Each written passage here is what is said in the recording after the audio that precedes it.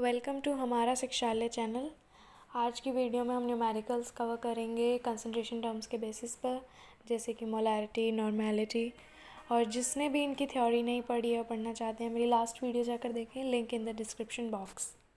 हमारा पहला क्वेश्चन है calculate the molality and mole fraction. हमें क्या चीज़ें कैलकुलेट करनी है? एक तो मोलैलिटी निकालनी है और एक हमें निकालना है मोल फ्रैक्शन। तो सबसे पहले हम वो चीज़ लिखेंगे जो हमें गिवन है क्वेश्चन में।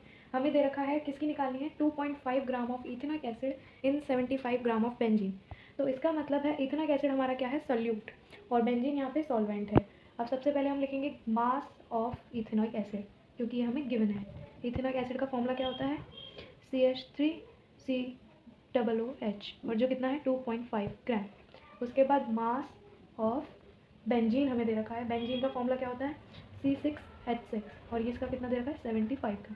सबसे पहले हम निकालेंगे इनका molecular mass, moles of ethanoic acid, यानी कि CH3COOH, जो क्या होता है? मास अपॉन में मॉलिकुलर मास। मास जो हमें गिवन है जो कि 2.5 ग्राम है, और मॉलिकुलर मास इथेनॉइक एसिड का कितना होता है? 60। और इसको हम जब कैलकुलेट करेंगे तो हमारे आ जाएंगे मोल। मोल कितने आ जाएंगे? 0.0417। अब हम पहले मैं बताऊँ आपको मॉलिकुलर मास हमने कैसे कैलकुलेट करा। तो वो होता है, जैसे हमारे पास फॉर्मूला है CH3COOH। हम सबको पता है पीरियोडिक टेबल के अकॉर्डिंग इनका सबका सिंगल एटॉमिक मास कितना होता है। कार्बन का एटॉमिक मास होता है 12, हाइड्रोजन का एटॉमिक मास होता है 1, और ऑक्सीजन का एटॉमिक मास होता है 16। तो अब यहाँ पर हम इनको ऐड करेंगे। यहाँ पे कार्बन है यानी कि 12, प्लस में हाइड्रोजन का 1 होता है लेकिन 3 है तो इंटू में 3, प्लस में फिर से 12। ऑक्सीजन 2 बार है, 16 + 16 हम यहाँ कर देंगे, तो यानी कि 32 डायरेक्ट में लिखती हूँ, और हाइड्रोजन का 1। आप जब इसको सॉल्व करेंगे 32 + 12 + 12, यानी कि हमारा 56 और 4 हमारा हो जाएगा 60। तो ऐसे करके हमने यहाँ पे मॉलिकुलर मास निकाला है। तो ये हमारे पास मोल्स आ गए। फिर उसके बाद मोलैलिटी का फॉर्मूला हम सबसे पहले, आप सबको पता है मोलैलिटी का फॉर्मूला होता है mass of solute divided by total mass of solvent. तो इस फॉर्मूले के अकॉर्डिंग, मोल्स ऑफ सॉल्यूट होता है मोल्स ऑफ सॉल्यूट अपॉन में total mass of solvent. Moles of solute हमने निकाल लिए, मास ऑफ सॉल्वेंट हमें गिवन है, तो molality is equals two moles of solute हमने निकाले 0.0417, और divided by mass of solvent. Solvent हमारा बेंजीन है, लेकिन अब यहाँ पर एक चीज़ देखनी है कि ये हमें दे रखा है ग्राम में, और जब मैंने फॉर्मूला आपको बताया था तो मास ऑफ सॉल्वेंट हम हमेशा किस में लेते हैं? किलोग्राम में। तो इसको किलोग्राम में चेंज कर लेंगे, 75 को किलोग्राम में चेंज करेंगे, विच इज़ 0.075 किलोग्राम। तो जो हमारा कैलकुलेटेड आंसर आएगा वो हमारी होगी मोलैलिटी। इस तरीके से हमने अपना पहला क्वेश्चन सॉल्व कर लिया। तो जिसको हम कैलकुलेट करके अगर आंसर बताएं तो आंसर होगा 0.556, कितना? मोल पर किलोग्राम। अब हम नेक्स्ट पार्ट पे चलते हैं। दूसरे पार्ट में हमसे पूछा है इसमें इनका मोल फ्रैक्शन। मोल फ्रैक्शन अगर हमें निकालना है तो हमें मोल हमने निकाले ही थे इथेनॉइक एसिड के सिंगल ही, वो कितने थे हमारे पास? 0.0417। अब ऐसे ही हम मोल निकालेंगे पहले बेंजीन के। बेंजीन के भी किससे आएंगे? 6 इंटू में 12 प्लस में 6 इंटू में 1, यानी तो मोल ऑफ बेंजीन वैसे ही निकालेंगे जैसे इथेनॉइक एसिड का निकाला, मास अपॉन में मॉलिकुलर मास। मास हमें दे रखा है 75, मॉलिकुलर मास हमने निकालेंगे कैसे? जो हमने निकाला 78, जिसको डिवाइड करके हमारा आंसर आएगा 0.961। ये हमारे मोल हैं बेंजीन। तो अब ऐसे ही हम मोल फ्रैक्शन जब निकालेंगे तो मोल फ्रैक्शन क्या होता है? जिसका हमें निकालना है मोल, यानी कि यहाँ पे हमें इथेनॉइक एसिड का निकालना है, उसको डिवाइड करते हैं टोटल मोल से, यानी कि यहाँ पे हमें इथेनॉइक एसिड है और बेंजीन है, तो दोनों के मोल्स को हम प्लस कर देंगे। तो उसके बाद हमारा क्या है? वैल्यूज़ पुट करेंगे, 0.0417 डिवाइडेड बाय 0.0417 प्लस में 0.961, तो हमारा क्या आंसर आएगा? 0.0416। क्वेश्चन हमारी स्क्रीन पर है, calculate the molarity and normality of a solution containing 9.8 gram of H2SO4 in 250 centimetre cube of the solution. तो अब हमें पहले क्वेश्चन में मोलैरिटी निकाली थी, इसमें हम निकालेंगे मोलैरिटी, और दूसरा हमारे पास क्या निकालना है हमें? And normality. किसकी निकालेंगे? हमें निकालनी है एक सोल्यूशन की जिसमें 9.8 ग्राम H2SO4 है, यानी कि अब हमें मास ऑफ H2SO4 दे रखा है जो कि कितना है? 9.8 ग्राम, और वॉल्यूम दे रखी है टोटल सोल्यूशन की विच इज़ 250 सेंटीमीटर क्यूब। और आपको पता है हम इसको किस में कन्वर्ट कर लेंगे? यूनिट को लीटर में। लीटर में कन्वर्ट करने का 0.25 लीटर, ये इसकी क्या हो जाएगी? लीटर में कन्वर्जन। अब उसके बाद हम सबसे पहले मोलैरिटी का फॉर्मूला बताते हैं। मोलैरिटी का फॉर्मूला क्या होता है?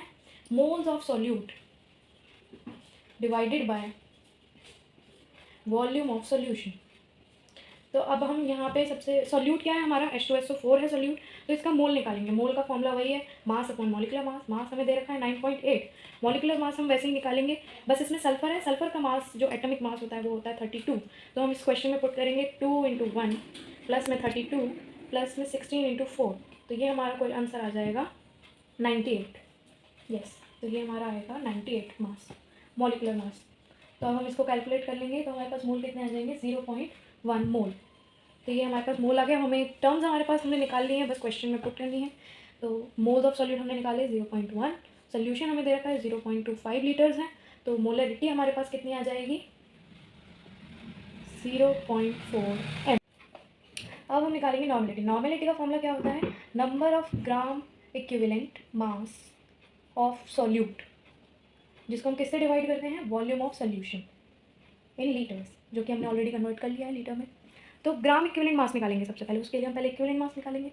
इक्विवेलेंट मास कैसे निकलता है, अब यहाँ पे एक चीज़ ध्यान रखनी है, अगर हमारे पास एसिड है तो हम बेसिसिटी लेंगे, बेस है तो एसिडिटी लेंगे। तो अभी हमारे पास, हम सबको पता है कि H2SO4 एक स्ट्रॉन्ग एसिड होता है, तो यहाँ पर हम एसिडिटी लेंगे, तो इसमें आएगा मोलर मास ऑफ H2SO4, यानी कि जिसका निकालना है, डिवाइडेड बाय बेसिसिटी। बेसिसिटी क्यों आया, क्योंकि ये एसिड है स्ट्रॉन्ग।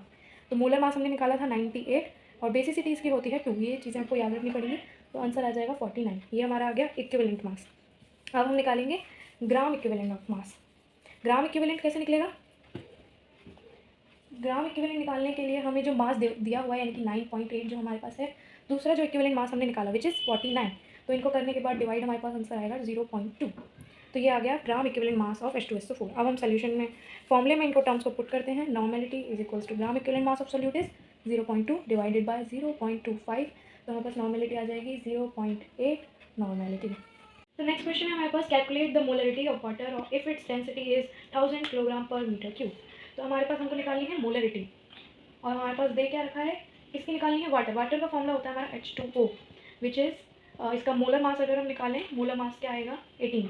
18 किस तरीके से आया ये आप सबको पता ही है, और हमें इसका डेंसिटी हमें बता रखी है, इसकी कितनी है 1000 किलोग्राम पर मीटर क्यूब। अब हम मोलरिटी निकालेंगे। मोलरिटी का मतलब होता है नंबर ऑफ मोल्स, यानी कि number of moles of water, क्योंकि यहाँ पे हम पानी की बात कर रहे हैं, प्रेजेंट इन 1000 लीटर और 1000 मिलीलीटर इन वाटर। तो इस अकॉर्डिंग अगर हम निकालें इसकी मोलरिटी, तो 1 लीटर वाटर में सबसे पहले क्या आएगा, 1 लीटर वाटर है तो उसके अंदर 1000 सेंटीमीटर क्यूब, यानी कि 1000 ग्राम। ये डेंसिटी से हमने निकाला है इसका मास, कि हमारे पास वॉल्यूम कितनी है टोटल सोल्यूशन की। फिर उसके बाद मोलरिटी में हम इसको पुट कर देंगे। मोलरिटी का फॉर्मूला हमको पता है क्या होता है, निकालेंगे। मास हमारा है 1000, मॉलिकुलर मास है 18, तो इसको डिवाइड करने के बाद हमारा आंसर आ जाएगा 55.56 मोल। वॉल्यूम ऑफ सोल्यूशन कितनी है हमारे पास, 1 लीटर है, जब तो मोलरिटी का फॉर्मूला हम पुट करेंगे 55.56 divided by 1 which is already 55.56 m। अब हमारा क्वेश्चन है, calculate the molarity of sulphuric acid solution in which the mole fraction of water is 0.85। तो यहाँ पे हमारे पास गिवन है मोल fraction of water which is 0.85, और यहाँ पे हमारे पास किस किस का सोल्यूशन है, सल्फ्यूरिक एसिड यानी कि H2SO4 प्लस में वाटर का एक सोल्यूशन है, और हमें अब क्या निकालना है, इसमें निकालना है मोलैलिटी, यानी कि स्मॉल m की वैल्यू हमें इसमें निकालनी है। अब हमें पता है जो मोल फ्रैक्शन होता है ना किसी भी सोल्यूशन का, वो पूरा इक्विवेलेंट होता है 1 के। लाइक अगर वाटर का जितना है और H2SO4 का जितना मोल फ्रैक्शन आएगा सिंगल हैंडेडली, उनको जब हम ऐड करेंगे तो उसकी वैल्यू इज इक्वल्स टू होगी 1। तो अगर हमें यहीं से H2SO4 का अगर मोल फ्रैक्शन निकालना है तो वो कितना होगा, mole fraction of H2SO4 is equals to 1 minus 0.85 which is 0.215। तो ये आ गई हमारी इसकी वैल्यू। तो इसका फॉर्मूला क्या होता है मोल फ्रैक्शन का, कि mole of H2SO4 plus divided by moles of दोनों के प्लस में, यानी कि H2SO4 प्लस में H2 वाटर, और ये हमारा हो गया 0.15 और यहीं अगर वाटर का हम फॉर्मूला बनाएंगे, हमारी इक्वेशन 1 हो गई। दूसरी इक्वेशन कि वाटर का कितना है डिवाइडेड बाय इन दोनों का एडिशनल में कितना मोल्स है, और इसकी वैल्यू हमें दे रखी है 0.85, और ये आ गई हमारी इक्वेशन 2।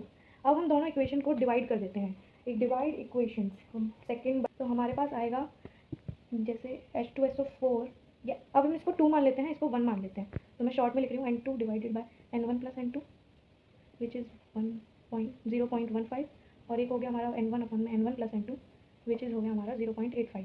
अब हम इनको डिवाइड किया, ये से ये कर लिया, तो हमारे पास इक्वेशन मिल जाएगी N2 अपॉन में N1 is equals to 0.15 divided by 0.85। अब हम यहाँ से N1 की वैल्यू हम निकाल सकते हैं, क्योंकि N1 यहाँ पे वाटर है, वाटर के मोल्स हमें निकालने हैं, मोल्स ऑफ वाटर। तो मास हमें पता है कितना है, यहाँ पे मास 1000 है और मॉलिकुलर मास वाटर का 18 होता है, तो वहाँ से हम निकालेंगे 55.56 और इसमें पुट कर देंगे, N2 की वैल्यू आ जाएगी हमारे पास। तो N2 यानी कि H2SO4 का मोल फ्रैक्शन हमें मोल्स पता चल जाएंगे, विच इज़ यहाँ पे था हमारा 55.56 और इज इक्वल्स टू में 0.15 डिवाइडेड बाय 0.85। तो N2 की वैल्यू आ जाएगी हमारी 9.8 मोल्स। और हमें निकालनी है, क्या निकालनी है, हमें मोलैलिटी निकालनी है। मोलैलिटी का फॉर्मूला क्या होता है moles of solute divided by mass of solvent. तो हमें पता है सॉल्वेंट हमारा क्या है, वाटर, वाटर हमारा 100 ग्राम्स है, हाँ, जो हमने पहले देखा था। तो मोल्स ऑफ सॉल्यूट हमने अभी निकाले 9.8 और ग्राम में है, किलोग्राम में चेंज करेंगे यानी कि 1 kg डिवाइडेड बाय 1, तो मोलैलिटी भी हमारी कितनी आ गई 9.8 m।